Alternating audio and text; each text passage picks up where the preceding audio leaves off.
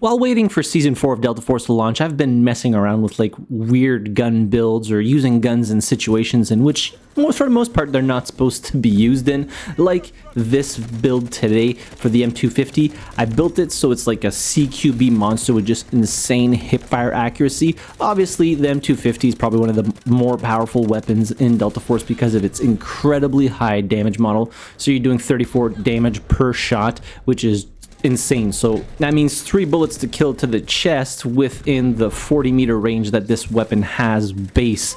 And I've been having a ton of fun with this specific build, so I wanted to share it with all of you. I've already made an M250 build in the past, so I've been using it quite a bit. But yeah, this build is just such a monster even in CQB because the hipfire on this thing that I made is just it's something else. So we're gonna start off with a blank slate here. So as you can see here, it's got 40 meters base range as well as 34 damage. Now what we're gonna do is we're gonna really bump up that accuracy. So we're gonna go with the Sentinel short barrel, which will then calibrate with -10mm to get a little bit faster ADS speed. So remember, this weapon is going to be mostly used in like CQB situations, but you're still going to be able to use it up to obviously 40 meters. And then for the muzzle device, we're going to go with the blazing fire suppressor to get a little bit extra control at the cost of a little bit of handling, which is not too bad. For the foregrip, we're going to go with the competition hand stop. So this is one of them that has the highest accuracy bonus at the slight cost of control, but you also get a boost in handling,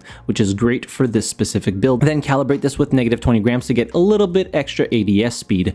For the mag, now you only have one option here, is to reduce the amount of ammo you have. So with the 75 round belt, that's what we're going to go with, because if not, the handling is going to be too abysmal and it's just going to be a pain.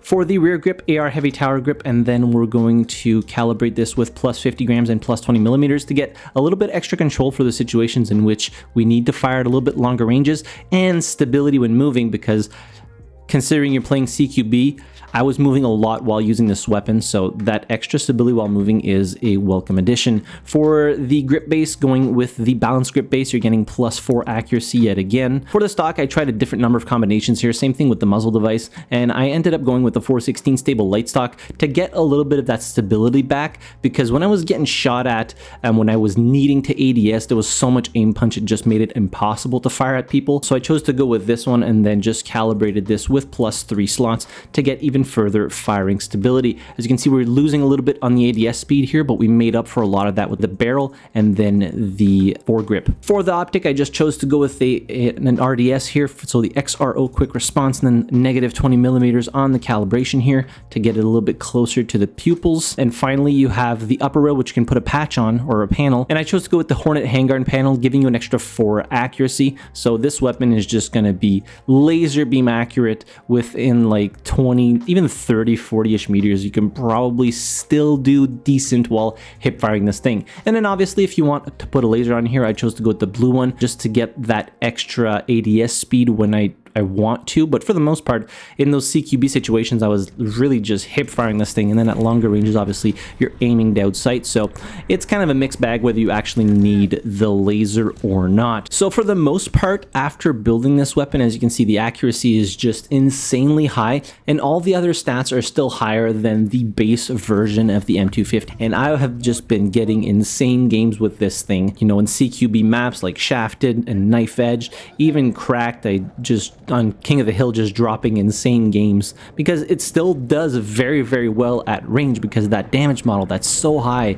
and you're doing damage up to 40 meters. And obviously the bipod in those situations, for those longer ranges, you can't take it off, so you might as well take advantage of the bipod and set up like on a box, on a ledge, or lay it down somewhere and then lay down fire on enemies when they're running across the street or whatever it may be. But damn, is this thing fun. I still love the M250 since I actually started using it when I made the initial video for this weapon, and it's still probably one of my favorite weapons. I like high damage weapons in video games, so I always kind of tend to opt for those specific weapons that do really high damage per shot. Albeit it's not the highest DPS weapon in the game, it still feels very, very fun to shoot and just so chunky. And with the damage multiplier on this thing, you're doing 64 damage per shot. So if you mix one headshot in there and a body shot, then the person's dead. It is just crazy to use this weapon, and I highly recommend everybody maybe give this build a try. The other one that I made is still very, very good, but this one, yeah, I just tailored it a little bit more to CQB combat and just having insane accuracy, which makes it so you don't really need to ADS all that much when you're getting into those close quarter situations. And obviously with the 75 round mag, it is a downgrade from the bigger magazine, but you'll really feel it if you keep that bigger mag on there in terms of handling and how slow the ADS speed is going to be, which is why I chose to go for this one. And 75 rounds, if you're killing enemies in 3 shots, you can see how you're still, you know, having enough ammo to deal with a large amount of enemies without really needing to reload. But when you do need to reload, make sure you have the time to do so, because it is quite long, even with that smaller belt-fed magazine. But yeah, I just thought I'd make a different weapon build video while waiting for Season 4 to drop. I'm sure shortly we're going to be getting the patch notes for Season 4, so keep your eyes peeled on the channel for that. In any case, I'll leave you with some highlight clips of me using this specific build, and maybe a little bit of the other ones that I kind of played around with for a little bit. Hit the like button if you enjoyed the video, subscribe to the channel if you haven't already, and as always, thank you very much for watching. I really appreciate it, and I'll see you guys in the next video. Have a good one.